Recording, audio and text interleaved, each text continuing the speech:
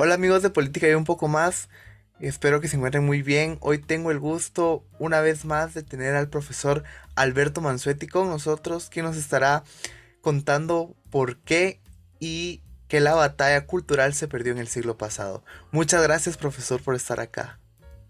Muchas gracias a vos, Alejandro, y a toda tu audiencia. Buenos días, tardes y noches para todos, según estén escuchando. Digo buenos días, tardes y noches porque nosotros estamos en un momento puntual del tiempo que se avanza y ese momento se llama presente. ¿Ok? El único momento en el cual tenemos control del tiempo es el presente, no es el pasado, no es el futuro. ¿Ok? El presente que va cambiando minuto a minuto. ¿Ok? De hace 10 minutos otro era el presente y dentro de 10 minutos otro será el presente. Vamos a empezar con esta historia que no sabemos si es real o inventada, de los tres monjes y el diablo, ¿ok? Porque tiene mucho que ver con cristianos atrapados en el pasado, ¿ok?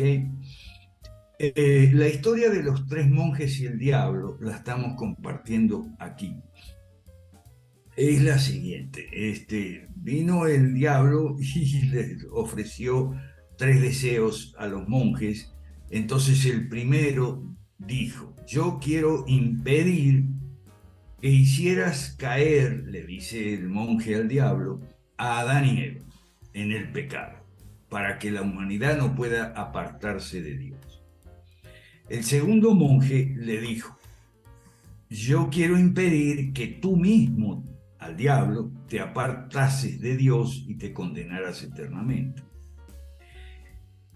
El tercer monje era más simple y en vez de responder al tentador, se puso de rodillas, hizo la señal de la cruz y oró, diciendo de esta manera en su plegaria, el tercer monje: Señor, libérame de la tentación de lo que pudo ser y no fue. O sea, libérame de la tentación de quedar atrapado en el pasado. El diablo, dando un grito y estremeciendo de dolor, se fumó. Es como dice la escritura: resistid al diablo y huirá. Entonces los otros dos monjes le preguntaron al tercero: bueno, ¿y qué pasó aquí? ¿Por qué hiciste eso? El tercer monje respondió: nunca debemos dialogar con el enemigo, eso en primer lugar. Con el enemigo malo, con el demonio, con los demás personas, sí, por supuesto, pero con el demonio nunca se dialoga. Segundo, nadie puede cambiar el pasado. Nadie puede cambiar el pasado. Lo que puede cambiar es el presente. El interés de Satanás, dijo el tercer monje, no era probar nuestra virtud, sino atraparnos en el pasado para que descuidemos el presente, único tiempo en el que Dios nos da su gracia y podemos cooperar con ella para cumplir su voluntad. ¿Ok? Entonces, ¿qué observamos hoy en las redes sociales principalmente y en las iglesias también? Cristianos atrapados en el pasado. Atrapados en el pasado significa reabrir discusiones que ya quedaron resueltas en los primeros concilios, los primeros siglos de la era cristiana. En los primeros siglos de la era cristiana se presentaron discrepancias en la interpretación de la escritura sobre todo, y en la teología, en la exegética y en la teología.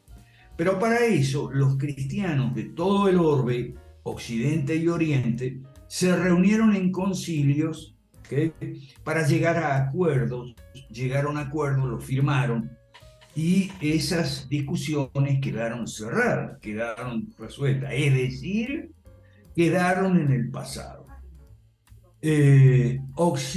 Los cristianos, tanto de Occidente como de Oriente, entonces, bueno, reconocemos, algunos reconocen los 5 primeros concilios, otros los 7 primeros concilios. De todos modos, al reconocer esos concilios significa que asentimos a esos acuerdos y esas discusiones debieron haber quedado cerradas. Hoy se reabren en las redes sociales y los cristianos se enfrentan unos con otros encarnizadamente, un bando y otro bando, sobre la virginidad de María, sobre el bautismo de infantes, sobre celebrar la Navidad o no celebrar la Navidad, ahora que, o sea, atrapados en el pasado, cristianos atrapados en el pasado, reabriendo discusiones que quedaron cerradas en el pasado, mucho antes del cisma entre Oriente y Occidente, que eso fue en el siglo XI, ¿ok? Y esa es una de las,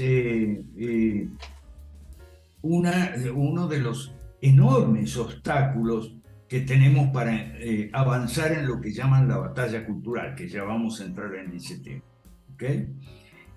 Y lo peor de todo es que no son discusiones, bueno, a veces sí, pero a veces son discusiones sobre puntos fundamentales de la doctrina cristiana, es decir, los credos, los primeros credos, el credo, que eran credos universales, significa ecuménico, ¿ok? Credo de los apóstoles, credo de Nicea y credo niceno-constantinopolitano. Hay un triángulo que yo puse para ver por ahí, que se llama el triaje teológico, donde se distinguen los puntos fundamentales que tocan a las verdades centrales de la fe cristiana, es decir, aquellas de los credos, primeros credos primitivos. Esos puntos se ponen en el primer nivel del triángulo, en el nivel superior, ¿ok? En un segundo nivel se ponen otros temas: eclesiología, bautismo, santa cena, liderazgo en la iglesia, que si pastores, que si obispos, pero son temas secundarios. Y temas también que podríamos llamar terciarios, es decir, de menor prioridad, de mucho menor jerarquía. Y hoy encontramos que en esas batallas encarnizadas se discute fieramente, cristianos de una u otra iglesia o denominación discuten a veces puntos fundamentales, y esa discusión en alguna medida se justifica, pero otras veces se pelean por nimiedades como festejar la Navidad.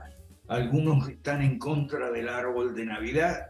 Por cierto, la Agenda 2030 también está en contra de la Navidad, solo que no lo dicen abiertamente. Como siempre, las izquierdas avanzan paso a paso.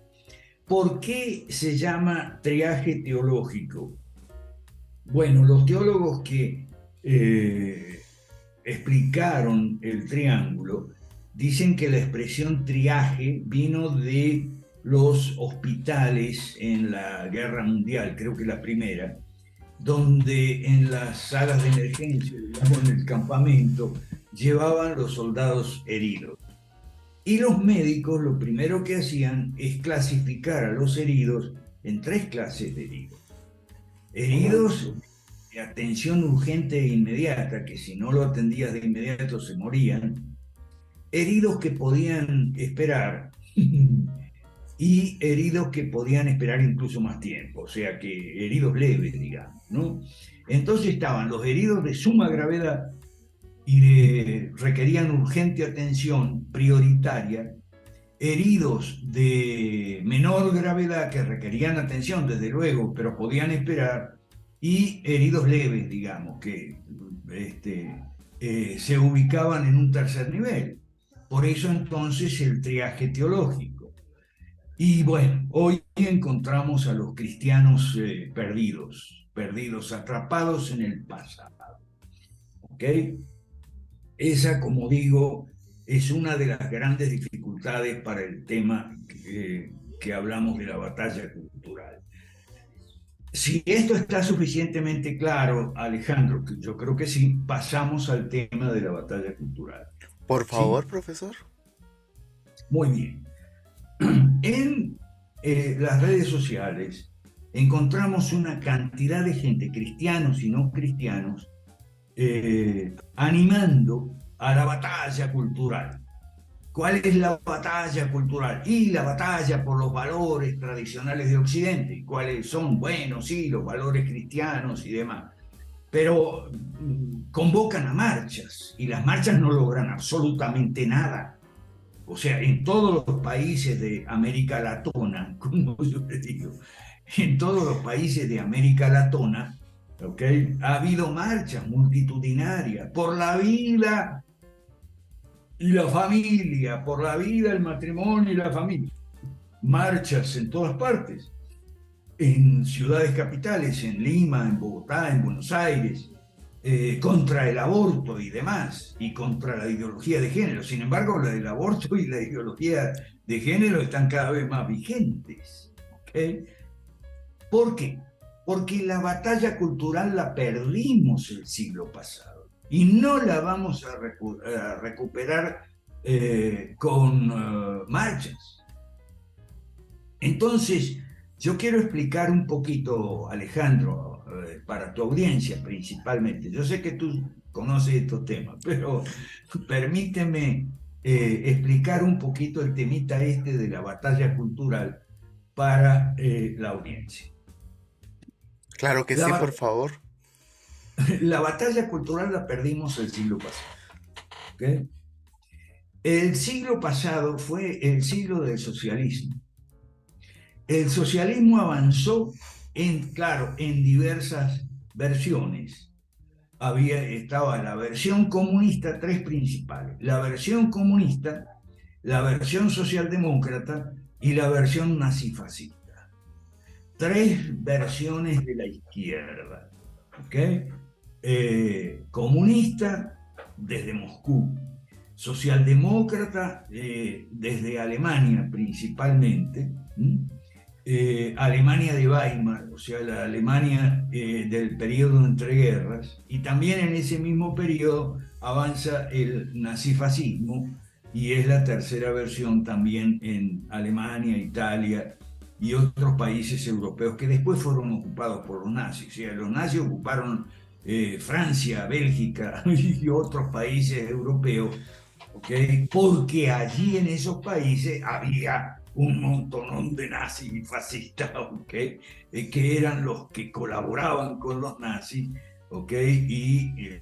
Pero recuerde que el nazifascismo es la tercera versión, digamos, dentro de las izquierdas.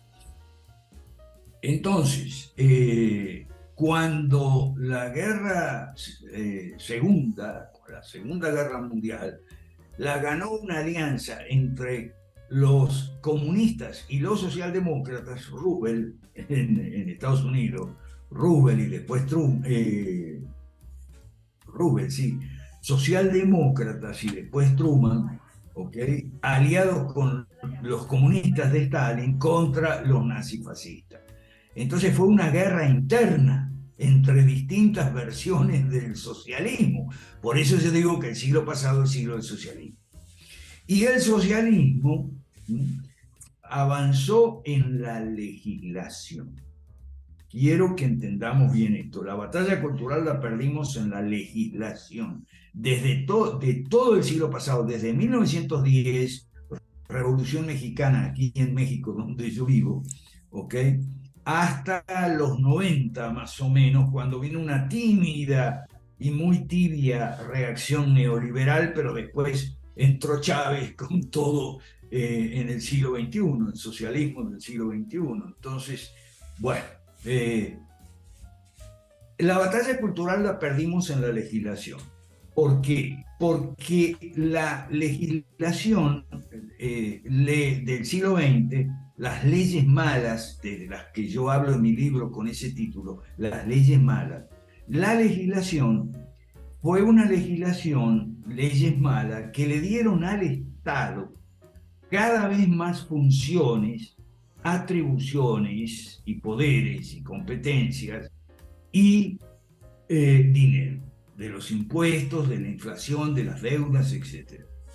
Entonces el Estado cada vez creciendo más, cada vez el Estado transformándose en eso que llamamos estatismo, es decir, el Estado que interviene en todas las ramas de la economía, agricultura, industria, comercio, transporte, banca y finanza, dinero, etc.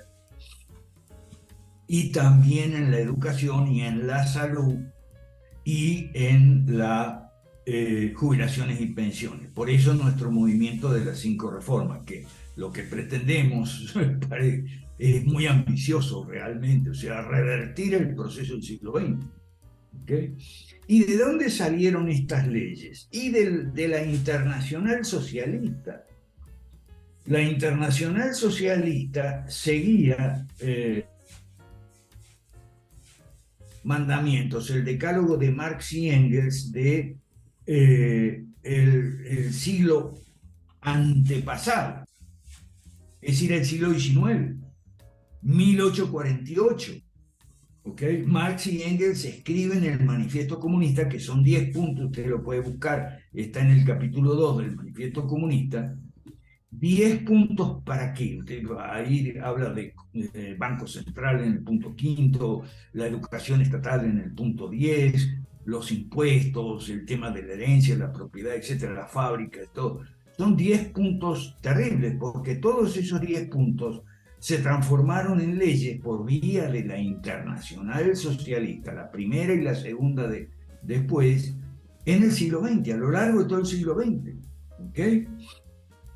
Entonces, la legislación que tenemos es marxista, las leyes malas. ¿Okay? La batalla cultural fue la batalla por esas leyes que se perdió. Y no se perdió en las calles, se perdió en los parlamentos, en el Congreso de los distintos países.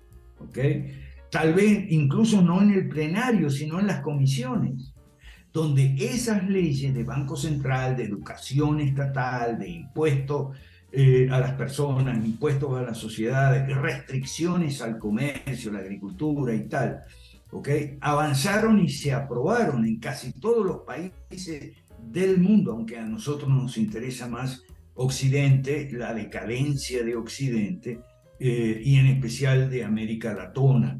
¿Okay? Entonces, la batalla cultural se perdió en las comisiones y en los plenarios de los parlamentos de América Latina y el mundo a lo largo de todo el siglo XX, con lo cual los estatistas, ¿okay? Se montaron en el poder. Ahí perdimos la batalla cultural. Está perdida. ¿Okay? Y el problema de Agustín Laje, lo voy a nombrar, ¿okay? Agustín Laje y todos los batalladores culturales, los demás, Muñoz Iturrieta, Miklos Lucas, todos están equivocadísimos. ¿Okay? La batalla cultural está perdida y si queremos revertir ese proceso, tenemos que ir al mismo lugar donde se inició, se libró y se ganó, las izquierdas ganaron la batalla cultural, es decir, el Congreso, las comisiones y los plenarios del Congreso, sea el Congreso bicameral, como en algunos países, o Congreso unicameral como en otros países. No importa, pero si queremos revertir ese proceso, tenemos que hacer partidos políticos, en lo que estamos haciendo en el Movimiento 5 Reforma, postular, una vez alcanzada la legalidad, que todavía no la tenemos, postular candidatos al Congreso, no que alcaldes y gobernadores, eso no sirve para nada. Eso no sirve para nada. Tenemos que meternos en el Congreso con el catálogo de leyes malas a derogar las leyes malas, porque son las leyes malas las que le han dado el poder para hacer lo que hacen en el siglo XXI, avanzar el marxismo cultural, gracias al poder conseguido merced al marxismo clásico. Los batalladores culturales son muy ignorantes, los que nombré, son muy ignorantes, no ven la continuidad entre marxismo clásico y marxismo cultural. La continuidad está en que el marxismo clásico le permitió hacerse con el poder. Y entonces desde el poder ahora pretenden imponer el marxismo cultural, que eso tiene que ver principalmente con la ideología de género, el aborto y demás, el lenguaje inclusivo, los derechos de las personas trans y toda esa cosa, pero además con la naturaleza, el cambio climático y toda esa historieta, y el relativismo postmodernista, el indigenismo también, por eso no tiene ningún sentido los hispanistas. Esos son otros, los hispanistas, atrapados en el pasado. Bueno, no podemos, supongamos que el imperio español haya sido tan bueno como ellos dicen, que ¿qué vamos a hacer ahora? O sea, recomponer el imperio español es una taradez realmente. Entonces, por eso nosotros impulsamos el Foro Liberal de América Latina, ¿okay? El proyecto 5 Reformas, que es derogar las leyes malas e impulsar 5 reformas para 3 políticas públicas: privatizar, desregular y abrir mercados a la competencia. Ahora, enfrentamos una cantidad de dificultades, ¿ok? Y en cuanto a los cristianos, esa es una de las principales obstáculos con el que tropezamos. Cristianos atrapados en el pasado, que son incapaces de ver y entender estas cosas, porque están todavía en el pesebre de Navidad, están todavía reabriendo discusiones cerradas en los concilios, están como el primero y el segundo monje de la historia de los 3 monjes, y están tratando de cambiar el pasado, cosa que no podemos hacer. Y Dios no nos da esa gracia, ese privilegio. Dios nos concede en su gracia, como dijo el tercer monje, un tiempo. Y ese tiempo es el presente. O aprovechamos las oportunidades abiertas en el presente, o la izquierda va a seguir ganando presidentes en América Latina y ganando mayorías congresistas y aplastando cualquier intento en contrario, cualquier fuerza que le resista. Pero los cristianos no le resisten, y no le resisten porque están atrapados en el pasado, como dice la historia de los 3 monjes, y sobre todo discutiendo puntos accesorios, discutiendo encarnizadamente puntos accesorios. Recuerden lo del triaje teológico, puntos del tercero y del segundo nivel, ¿ok? Y además muchas veces discutiendo con malos argumentos. Hoy tenemos el problema de que no todos los publicadores de YouTube o de TikTok son responsables como Corado, ¿okay? Sino que hoy en día cualquiera graba un video, lo mete en TikTok o lo mete en YouTube, y si el video puede decir cualquier soncera, no es como antes que publicaban los que podían publicar libros, ahora se puede publicar video, pero eso significa que cualquiera que hace 30 o 40 años no hubiera podido escribir un libro, porque uno se da cuenta que no sabe ni hablar, y escriben con terribles errores de ortografía que se ven en Facebook y en Twitter. Entonces publican un video y puede decir cualquier soncera, pero si ese video encuentra gente incauta, desprevenida, ¿ok? El video se hace viral. Y esa es una de las razones por las cuales estamos todos tan confundidos. ¿Okay? Y más si suena bonito. Suena bonito, ¿ok? O si la persona es carilinda o carilindo, ahí tenemos otro problema, ¿ok? La cara no tenía mucho que ver cuando uno escribía libros en la era predigital, ¿ok? Pero ahora sí, la cara, la pinta, la presencia, la ropa incluso, ¿ok? Y desde luego el lenguaje gestual, el lenguaje corporal, ¿okay? Para eso sí se prepara la gente para grabar video. No todos son como Alejandro Corado, a eso es lo que yo voy, ¿ok? Y otros grabadores muy, muy buenos que hay, los hay también. Entonces, la batalla cultural ya está perdida. Se perdió el siglo pasado, Pero para eso hay que superar, para poder revertir ese proceso, hay que traer a los cristianos desde el pasado al presente. Eh, y un pasado que no es tan remoto, o sea, las guerras de religión. ¿Okay? Las guerras de religión duraron 2 siglos en Europa y fueron la causa de la decadencia del cristianismo en Occidente y por tanto de la decadencia de Occidente. Las guerras de religión ocuparon casi 2 siglos, todo el siglo XVI, todo el siglo XVII. Fueron particularmente sangrientas en Francia, sobre todo. ¿Ok? O sea, casi 200 años de guerra entre católicos y protestantes que se prolonga hasta el siglo XX en algunos países, por ejemplo, Irlanda del Norte. Hay una película, recomendar películas siempre es difícil, porque uno puede recomendar un libro, y un libro es un texto. Uno generalmente le recomienda a gente que conoce, le recomienda libros que conoce.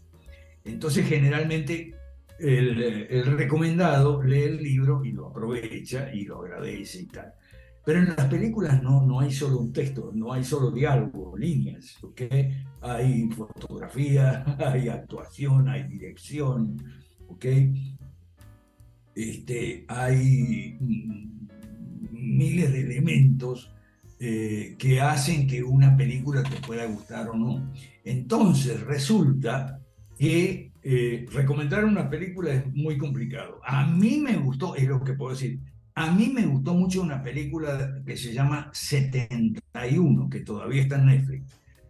Yo la recomiendo, 71, sobre la guerra en el año 71, el año más sangriento de la guerra entre católicos y protestantes en Irlanda del Norte. Es una película que a mí me gustó mucho, no voy a decir que es buena o no es buena, porque entonces ya me van a salir los críticos. ¿Ok? Se llama 71, por el año 71, una película extraordinaria. Y precisamente sobre el tema de la guerra entre católicos y protestantes en Irlanda del Norte, la película Belfast de Kenneth Branagh está nominada para el Oscar, si no estoy mal informado. Está nominada para el Oscar y es también una película sobre aquellos años en Belfast, ¿okay? Vista desde el punto de vista de un niño. ¿Okay? Que no entiende bien el enfrentamiento entre católicos y protestantes. Bueno, hoy lo tenemos en las redes sociales y es uno de los principales problemas. Y el otro es el de liberales versus conservadores, libertarios versus conservadores. Ufa, ya me tienen cansado con laje y gloria, gloria y laje y gloria. Ay, por favor, ok. En un clima de politiquería donde la política no se puede discutir, ¿ok? Encima vienen laje y gloria, ¿okay? Libertarios contra conservadores, y en muchos casos son conservadores estatistas contra libertarios pro mercado, pero de lo más progres y por consiguiente en los demás temas. Los obstáculos son terribles. Veo que se va a acabar el tiempo, así que me quedo aquí para que Alejandro vuelva a meter el Zoom. Okay. Enseguida seguimos, no se vaya porque todavía queda. Gracias. Bueno amigos, después de esta pausa estamos de vuelta. Justo le estaba comentando al profe que el plan de que hay que meterse al Congreso para librar la batalla ahí, o retomar la batalla por así decirlo, me generó la duda de que entonces Javier Milei está haciendo lo correcto o no. ¿Cuál es su respuesta, Claro profe? que sí, claro que sí, claro que sí. De todos los batalladores culturales, el que está más acertado es Javier Milei. ¿Ok? Yo ya hablé mal de los otros, así que voy a hablar bien de Javier Milei. Javier Milei tiene el gran mérito de que se venció a sí mismo, o sea, venció el prejuicio antipolítica y antielecciones y antidemocracia que es típico de los libertarios frikis de la escuela austríaca, ¿ok? se venció a sí mismo, la batalla más grande que una persona puede dar, vencerse a sí mismo, y entonces se metió en aquello que tanto odiaba, que era la democracia, las elecciones, hacer un partido, juntar votos, etc. Gran mérito de Milei. Segundo gran mérito de Milei, ganó la elección y está en el Congreso. Ok. Ese es un segundo gran mérito indiscutible de Javier Milei, que no tiene ninguno de los batalladores culturales, los otros, y están muy lejos, ¿ok? Muy, muy lejos. Convocando marchas. No, Milei convocó a votar por Milei. Y ahí está el problema de Milei. El problema de Milei es que es solo Milei. O sea, no tiene programa, no tiene proyecto, no tiene plan. No tiene como nosotros tenemos 5 reformas con hoja de ruta, catálogos de leyes malas. O sea, tenemos un programa de gobierno, tenemos un plan político y todo eso es un proyecto. Derogar las leyes malas, impulsar las 3 políticas públicas que mencioné. Y lo tenemos bien estudiado y bien desarrollado y bien formulado para presentarle a la gente. Lo que no tenemos son los medios, el dinero y los contactos, tal vez, para poder presentarlo a un público más masivo. Eso no lo tenemos todavía. ¿Ok? Pero Milei tampoco lo tiene. Milei tampoco tiene plan, ni proyecto, ni programa. No tiene hoja de rutas con 8 pasos, no tiene las 14 reglas para hacer una oposición eficaz, una oposición liberal eficaz. En fin, le falta 5 reformas de urgencia. Pero claro, son personas que se ponen muy por encima, muy inaccesibles, no atienden el teléfono, no son como nosotros, que atendemos el teléfono y respondemos a los mensajes, sea en Facebook, en Twitter o en WhatsApp. ¿Ok? No, Milei no. Entonces, bueno, ¿qué vamos a hacer? Entonces, en eso Milei está correcto en eso, meterse al Congreso. Se metió, gran mérito. Lo entendió. Sí, sí, lo entendió, por lo menos en parte, en esa parte. El problema es que no basta con un diputado en el Congreso. Y no porque sea muy poquito, porque no es una cuestión de número. ¿Okay? No importa que los... De hecho, Milei tiene 2 diputados, Espert tiene 2 también y demás, son 4 en Son total. Pero 3. 3 son 3, sí. de Spert y 3 Ajá, de Milei. 5. Algo así. Okay. Algo así. Bueno, son 4 o 5. No es una cuestión de número, podrían ser 10 o 12 también, ¿okay? Pero no tienen plan, ni proyecto, ni programa. Ahí está la cuestión, pues. ¿Okay? Ahí está el flanco débil, la pata chueca. Entonces, eso con respecto a Milei que mucha gente pregunta. Los demás batalladores culturales ni siquiera eso. Y el peor de todos se llama Miklos Lucas. Ese es el peor de todos. Ese es un sinvergüenza. Porque asusta a la gente, le mete miedo a la gente con el transhumanismo. Y el transhumanismo es un loco que se metió una antena en la cabeza, que dice que percibe los colores, escucha los colores por un fierro que se metió en la cabeza. Eso es el transhumanismo. Y el señor Miklos Lucas, que es el más sinvergüenza de todos, el más bandido, asusta a la gente con el transhumanismo. Yo quiero hablar un poquito a la gente asustada, ¿okay? Porque los demás, Laje, Muñoz y Turreta, también asustan a la gente con la ideología de género. La ideología de género tiene pies de barro, es el poder que tienen desde la cúspide del estatismo. O sea, hay que meterse al Congreso, tumbar las leyes malas, impulsar las 5 reformas y se cae el marxismo cultural, ¿ok? Y no con marchas, ni con conferencias, libros, videos en YouTube, debates con gloria. No, no. Así no es, ¿ok? Entonces, y el transhumanismo es asustar a la gente y sin ningún sentido. Y la gente asustada no actúa. El miedo paraliza. ¿Okay? Es como aquellos 10 espías que Moisés envió a explorar la tierra prometida. No envió 10, envió 12. Pero solo 2 de los 12, Josué y Caleb, ¿okay? No se acobardaron. El miedo y la cobardía van juntas siempre. ¿Okay? Y va junto con la parálisis y la pereza y demás. Entonces, de los 12 espías, hubo 10 que se dejaron acobardar. ¿Mm? Y por eso Dios castigó a esa generación y no permitió que esa generación entre en la tierra prometida, ni siquiera Moisés. ¿Okay? Es por los espías cobardes, los espías miedosos. La gente asustada se paraliza, no sabe para dónde agarrar y no agarra para ningún lado y se cruza de brazos. Entonces, es un problema con el miedo, la cobardía y la pereza también, ¿no? La pereza es uno de los 7 pecados capitales, ¿okay? Que está uno lo puede ver. En la gente que no es de izquierda, vamos a ver, lo que estamos hablando es para gente que no es de izquierda. Para gente que es de izquierda hace su trabajo, ¿ok?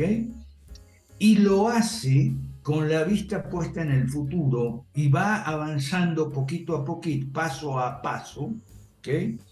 Con la vista puesta en el futuro. Por eso dice el maestro Donald Herrera que son posmileniales, las izquierdas son posmileniales, porque trabajan con la vista puesta en el futuro y van paso a paso, generación tras generación. ¿Okay? Y por eso llevamos todo el siglo XX y lo que va del XXI, de victorias de la izquierda. Sobre todo por ausencia de competencia, digamos, eficaz que le haga contrapeso, que contrarrestre, que combata, que no se deje llevar por el miedo, la cobardía y la pereza. ¿Okay? Entonces, bueno, son posmileniales y además dice son paidobautistas porque los padres de izquierda no esperan a que sus hijos crezcan para tomar una decisión por sí mismos si van a ser de izquierda o no. No, desde chiquitos son paidobautistas porque los sumergen, es decir, los bautizan ya en el jardín infante, y desde el jardín infante en adelante viene el adoctrinamiento socialista. Así que por eso Donald Herrera dice que, con toda razón, que las izquierdas son paidobautistas y son posmileniales.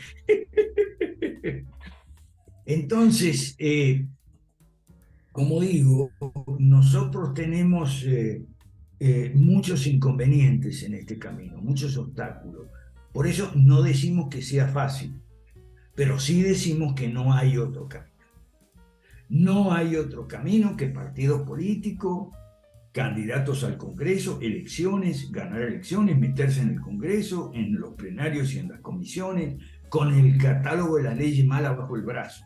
Y nada de ir contra el presidente de turno.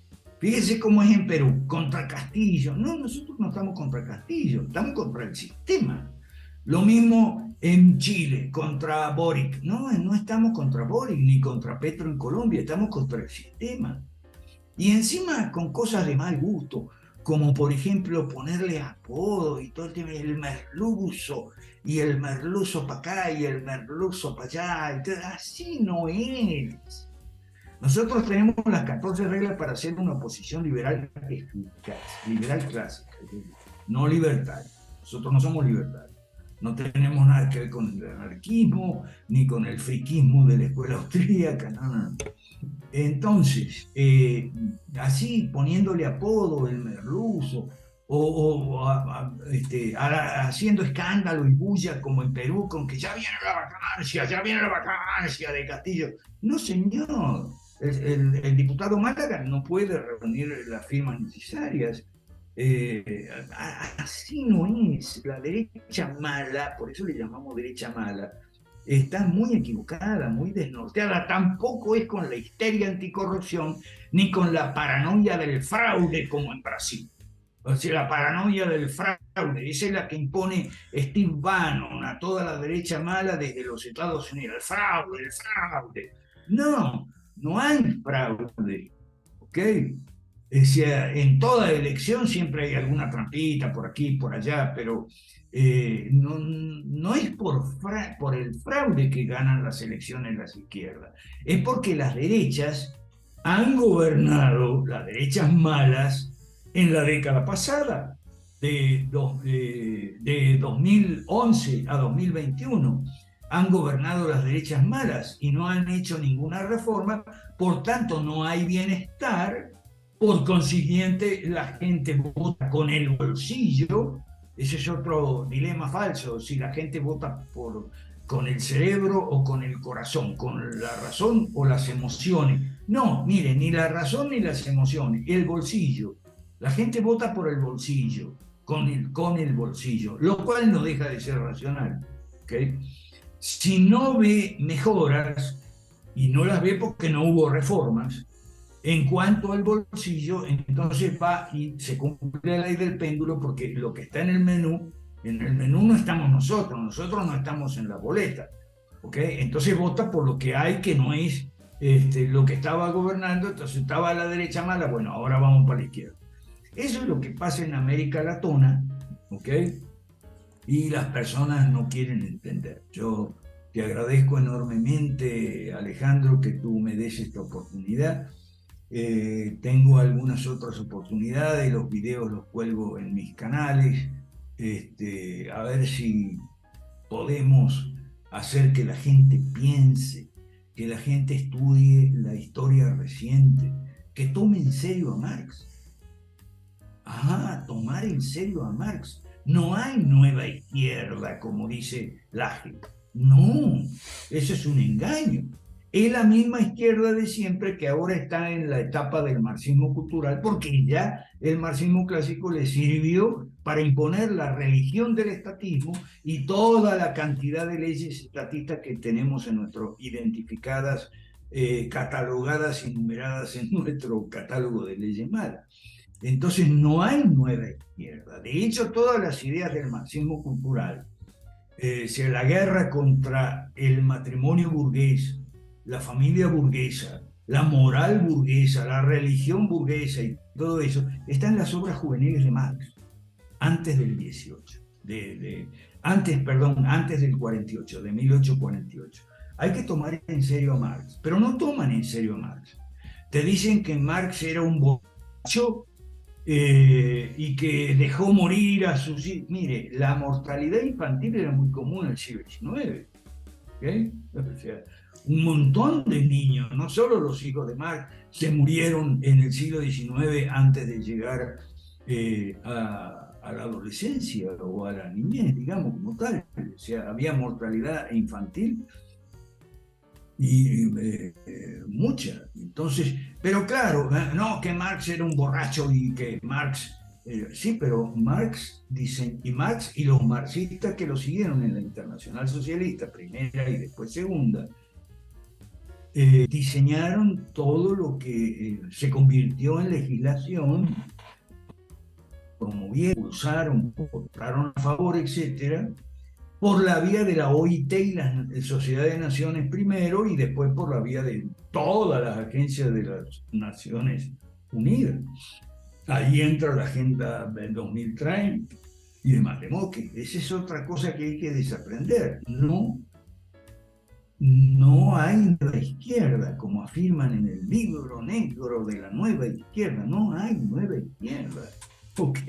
Es la misma de siempre, que avanzó un montón de casilleros en el siglo pasado, y este siglo sigue avanzando. Y mientras la gente nuestra, la gente que no es de izquierda, siga tan desorientada, ¿okay? Incluso algunos libertarios con el anarquismo, y el anarquismo siempre fue de izquierda. Lo que pasa, esa es la diferencia entre la primera y la segunda internacional. La primera no progresó tanto porque estaban los anarquistas metidos adentro. Cuando los marxistas pudieron sacarse de encima a los anarquistas, entonces la Segunda Internacional tuvo mucho más fruto, solo que un mal fruto, que la primera. ¿Ok? Bueno, no sé si queda algo más en el keyboard, para el micrófono. Alejandro, tú dirás. Pues estamos bien, creo que se dijo lo que se tenía que decir. Ah, ahorita me vino a la frase, me vino a la mente, a la frase, ¿verdad? A la mente una frase que les vi a ustedes también, que publicaron en el Foro Liberal de América Latina. Porque tenemos también el grupo antipartido de libertarios y de gente de derecha antipartido, pero también tenemos los cristianos antipartido, que dicen que la religión y la política no va de la mano. Entonces se me vino a la mente una frase de Charles Spurgeon, la cual dice que solo los tontos creen que la política y la religión no se discuten. Por eso los ladrones siguen en el poder y los falsos profetas predicando. Ese es Spurgeon. Sí, cómo no. Spurgeon era cuando la hija de Marx, ya fallecido Marx, le preguntó a Engels a quién era la persona que más odiaba, mencionó a Spurgeon. Engels, a quien más odiaba era Spurgeon. Bueno, pero hay que ver por qué. ¿Okay? Y con respecto a los cristianos, mira, yo estoy promoviendo mucho un artículo que puede buscar en Google, de Alejandro Moreno Morrison, que se llama La fe de los estatistas. Ese artículo, Alejandro Moreno Morrison, La fe de los estatistas, es fundamental para entender la esquizofrenia cristiana entre comillas. La esquizofrenia de los que son estatistas y dicen ser cristianos. Él está mezclando dos religiones, porque el estatismo es una religión. Eso es lo que afirma Moreno Morrison y explica. Es la religión que pone al Estado en lugar de Dios. Cosa que no inventó Moreno Morrison, sino el señor Lasalle, Fernando Lasalle. Ahí está, la fe de los estatistas. Fernando Lasalle fue el que dijo, el fundador del Partido Socialdemócrata Alemán, que fue modelo para todos los demás, ¿okay? El socialismo es una religión cuyo Dios es el Estado. Y esta que señala Morrison es la fe de los estatistas. Entonces, ¿cuál es la esquizofrenia cristiana, entre comillas? Bueno, los cristianos, entre comillas, que creen que el reino de Dios no es para este mundo. Si el reino de Dios no es para este mundo, entonces, ¿qué cosa es para este mundo? El estado de bienestar, el welfare state. Es decir, esperan en este mundo todo del Estado. Esperan economía próspera, esperan educación buena, esperan atención en los hospitales públicos, esperan jubilaciones decentes y dignas, todo esperan del Estado, el Dios de este mundo, para esos cristianos. Y para esos cristianos, el reino del Dios de la Biblia no es para este mundo, es para el otro mundo. Entonces, desde la cuna a la tumba por cierto, lo sacaron de un poema famoso. Desde la cuna a la tumba te cuida el Estado de bienestar, el welfare, te cuida desde la cuna a la tumba. Y el Dios de la Biblia te cuida después de la tumba. ¿Okay? La religión es algo para después de la tumba. Entonces, claro, ahí tienes un montonón de cristianos confundidos. ¿Okay? El reino de Dios no es de este mundo, porque no procede de este mundo, procede de lo alto, pero es para este mundo, porque de otro modo no diríamos en el Padre Nuestro, venga a nosotros tu reino, el reino de Dios, venga a nosotros tu reino y hágase tu voluntad. Entre la voluntad de Dios está que el gobierno de las naciones tiene que, como cualquier gobierno humano, tiene que ser limitado. Y aquí, gracias Alejandro, me voy a tomar 2 minutos antes de terminar. Nosotros, el Movimiento 5 Reforma no es solo para cristianos, creyentes. Aquí en nuestro movimiento hay muchos no creyentes. ¿Y por qué están esos no creyentes? Bueno, porque están a favor del proyecto gobierno limitado.